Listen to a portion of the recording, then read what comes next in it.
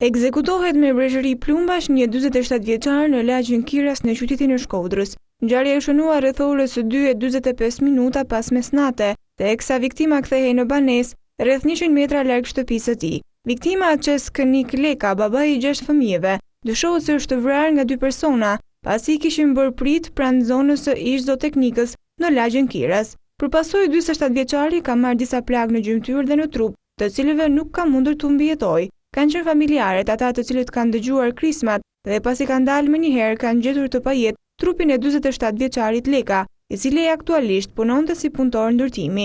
Në vendngjarje kanë mbërritur edhe forca të shumta të policisë, të cilët kanë nisur menjëherë hetimet për zbardhjen e ngjarjes së rëndë.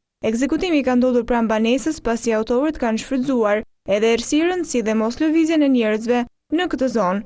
Leka ishte nga fshati Lekaj, komuna Shal në Shkodër, ndërsa banonte në lagjen Guerile të qytetit të Shkodrës prej disa vitesh. Bashkëshortja e të ndjerit jashtë kamrave ka deklaruar se asnjë person i familjes së tyre nuk ka patur konflikte apo probleme, qofshin këto të trashëguara apo të fundit. Ndërkohë policia ka ngritur disa pika kontrolli dhe janë shoqëruar rreth 12 persona, me të cilët po punohet për sqarimin e rrethanave të kësaj ngjarje. Personat e shoqëruar janë persona të fundit me të cilët 47 vjeçari ka takuar apo biseduar përpara se krimi të kryhej.